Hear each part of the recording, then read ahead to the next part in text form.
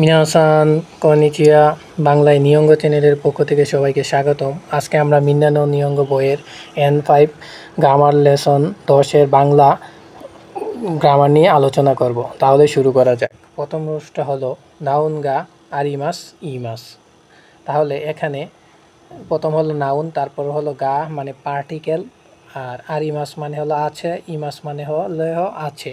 এখানে আরিমাস মানে হলো যে বস্তুবাচক সব কিছু যেগুলো জীবন নেই, আর ইমাস মানে হলো জীবিত বস্তু। ঠিক আছে, তাহলে আমরা এটার বিশ্লেষণে যাই। জাপানি ভাষায় আরিমাস এবং ইমাস দুইটি ক্রিয়া বস্তু প্রাণী অস্তিত্ব থাকা বা উপস্থিতি বোঝায়।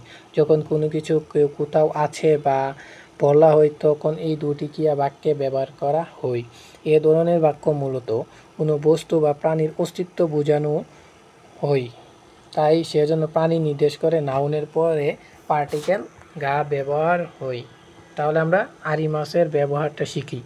আরিমাস হলো যে সকল বস্তু বা উপাদান ব্যবহৃত হয় যেগুলো নির্জীব, মানে জীবন নেই, অর্থাৎ নিজের ইচ্ছায় চলাচল করতে পারে না, যেমন বস্তু, গাছপালা, ভবন ইত্যাদি। এসবের ক্ষেত্রে আরিমাস ব্যবহার করা হবে। যেমন কম্পেয়ার টু নো গা আরিমাস, কম্পিউটার আছে, এই যেখানে আরিমাস বলা হয়েছে। যদি কম্পিউটারে জীবন থাকতো তাহলে কম্পিউটার নো গা ইমাস হতো। এখন তো কম্পিউটার একটা জড় পদার্থ, জীবন নেই, তাহলে এটা আরিমাস হয়েছে। তারপর সাকুরাগা আরিমাস, চেরি আছে। তারপর কোয়েনগা আরিমাস, পার্ক আছে। এখন বলতে পারেন চেরিগা আরিমাস এটা আছে, কারণ এটা তো চলাচল করতে পারে না, অবশ্যই চলাচল করতে হবে। আর দ্বিতীয়টা হলো ইমাসের ব্যবহার। ইমাস ব্যবহার করায় সজীব প্রাণী মানুষ নির্দেশ করে যারা নিজের ইচ্ছায় চলাচল করতে পারে, যেমন তোমোজাচিগা ইমাস, বন্ধু আছে। এবারে তারপর ইনুগা ইমাস মানে কুকুর আছে, কুকুর তো চলাচল করতে পারে এবং জীবন আছে, তাহলে কুকুরের ক্ষেত্রে হবে ইমাস, আর পার্কের ক্ষেত্রে হবে আরিমাস।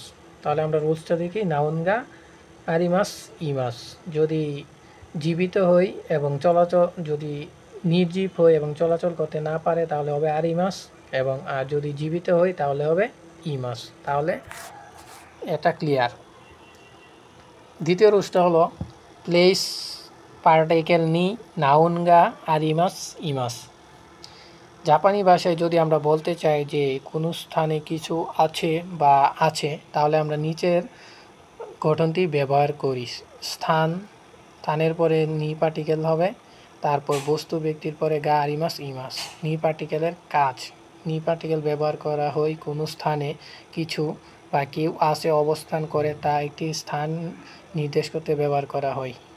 যেমন ওয়াতাশি নো আমি, আমার হেয়া হেয়া নি মানে টেবিল রুমে সুকেগা আরিমাস আমার রুমে টেবিল আছে। তারপর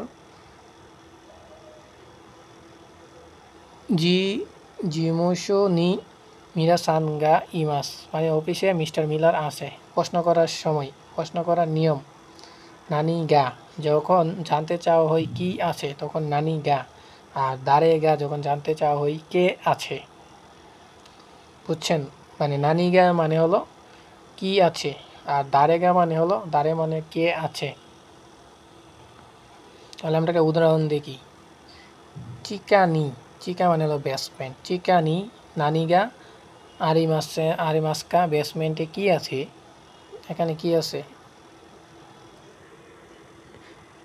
শিশুতো রেস্টুরেন্ট আরিমাস মানে রেস্টুরেন্ট আছে। তারপর সুকেনি দারেগা ইমাসকা রিসেপশনে কি আছে, কিমোরা সানগা ইমাস মানে কিমোরা আছে। গুরুত্বপূর্ণ টিপস, নান এবং নানি ব্যবহার করা প্রশ্নে যদি নানি বা দারে ব্যবহার হয় তাদের পরে ওয়া পার্টিকেল ব্যবহার করা যায় না, মানে ওয়া পার্টিকেল হবে না, মানে হবে গা পার্টিকেল হবে। রুলসটি হলো নাউন পার্টিকেল ওয়া প্লেস নি আরিমাস ইমাস। কোনো নির্দিষ্ট ব্যক্তি বা বস্তু কোথায় আছে তা এই রুলসটা ব্যবহার করতে হবে। মানে কোনো বস্তু নির্দিষ্টভাবে কোথায় আছে তা বলার নিয়ম। কোনো বাক্যে ব্যক্তি, বস্তু, জিনিসটি কোনো বাক্যের শুরুতে আনা হয় এবং টপিক হিসেবে উল্লেখ করা হয়, সেজন্য সেই নাউনের পরে ওয়া পার্টিকেল বসে। এই গঠনটি ব্যবহার করা হয় তখন যখন বক্তা ও শ্রোতা উভয় সেই ব্যক্তি বা জিনিস সম্পর্কে আগেই জানে। যেমন নাউন ওয়া প্লেস, নাউন নি আরিমাস ইমাস, নির্দিষ্টকৃত কোথাও আছে তা বোঝাতে। যেমন নিউজিল্যান্ড ওয়া চিকেন, এটা বাদ।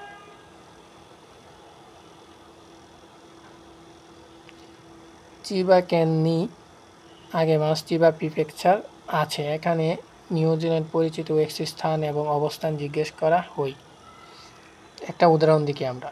যেমন মিরাসান ওয়া দোকো নি ইমাসকা, মিস্টার মিলাসান কোথায় আছে? জিমোশো নি ইমাস, অফিসে আছে।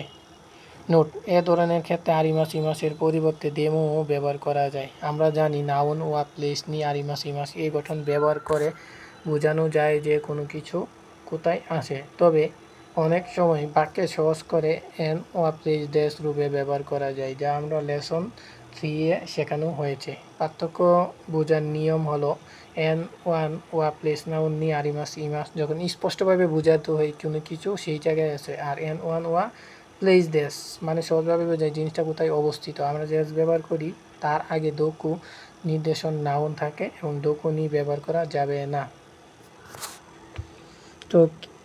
টোকিও নিউজিল্যান্ড লো ওয়া দোকু দেশ কা, টোকিও ডিজনিল্যান্ড কোথায়? 4 নম্বর রুলসটা দেখেই।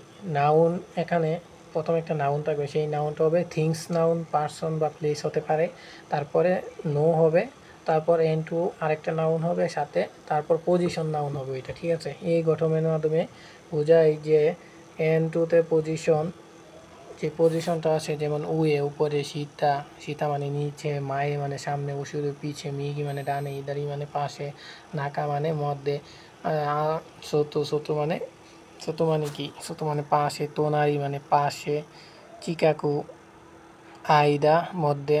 এর সাথে এন ওয়ানের ব্যক্তি, বস্তু, স্থান যোগ করা হয় তখন একটি অবস্থান সম্পর্ক তৈরি করা হয়। যেমন বাংলা গঠন অর্থে ব্যবহৃত হয়। যেমন এন ওয়ান ব্যক্তি, বস্তু, স্থান, নো, এন টু পজিশন, নি আরিমাস ইমাস। এই গঠনের মাধ্যমে কোনো বস্তু, প্রাণী তা স্পষ্টভাবে প্রকাশ করা হয়। যেমন সুকে নো উয়ে নি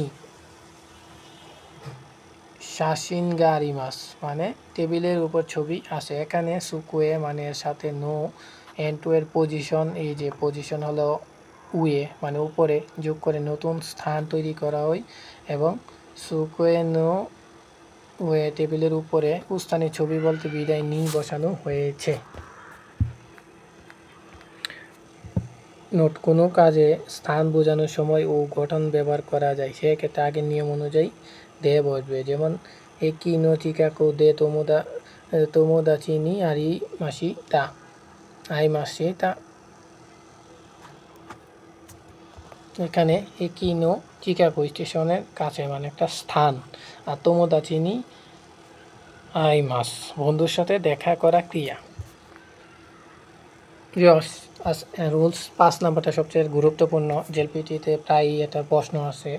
একটা নাউন থাকবে, তারপর ইয়া থাকবে এবং এন টু থাকবে, মানে এন ওয়ান ইয়া এন টু। যেমন এটা ব্যবহার করা হয়, এই রুলসটা ব্যবহার করা হয় আমি বাজার থেকে ধরেন আমি বাজার থেকে আসতেছিলাম, কেউ একজন আমার হাতে বাজারের ব্যাগ দেখে জিজ্ঞেস করলো কি কিনলেন। উত্তরে আমি বললাম রুই মাছ এবং ইলিশ মাছ ইত্যাদি কিনেছি। এরকম একাধিক জিনিস নিয়ে কথা বলার সময় শেষে ইত্যাদি বলার জন্য ইয়া নাদো ব্যবহার করা হয়।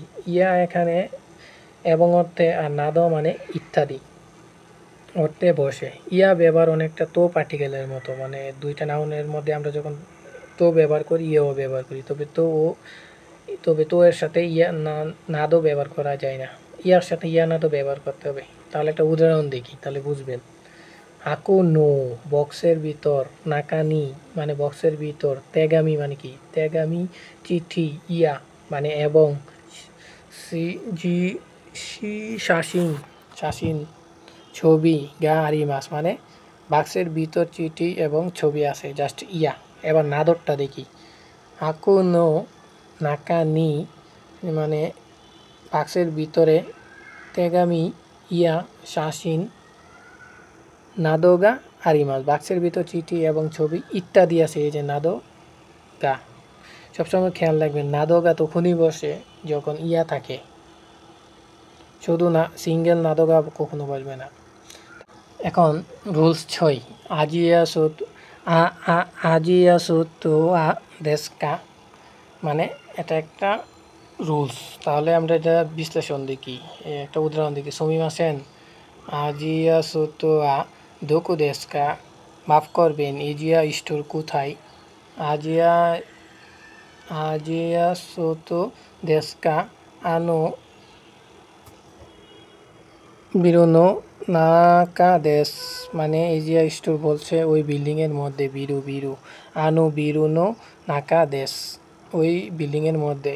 জাপানি ভাষায় কেউ যখন কোনো প্রশ্ন করে তখন অনেক সময় মানুষ সরাসরি উত্তর না দিয়ে প্রথম শব্দটা ঠিক বুঝেছি কি না নিশ্চিত করে। এই কারণে প্রশ্নের গুরুত্বপূর্ণ অংশটা পুনরায় পড়ে। এটাকে বলে কাকুনিন শুরু, মানে নিশ্চিত হওয়া। বাংলা ভাষায় সহজভাবে বললে আজিয়া সুতু দেশকা, মানে আপনি কি এজিয়া স্টোরের কথা বলছেন, এর উত্তর বলবে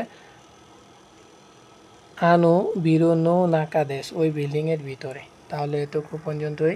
সবাইকে ধন্যবাদ। আরিগাতো গোজাইমাস।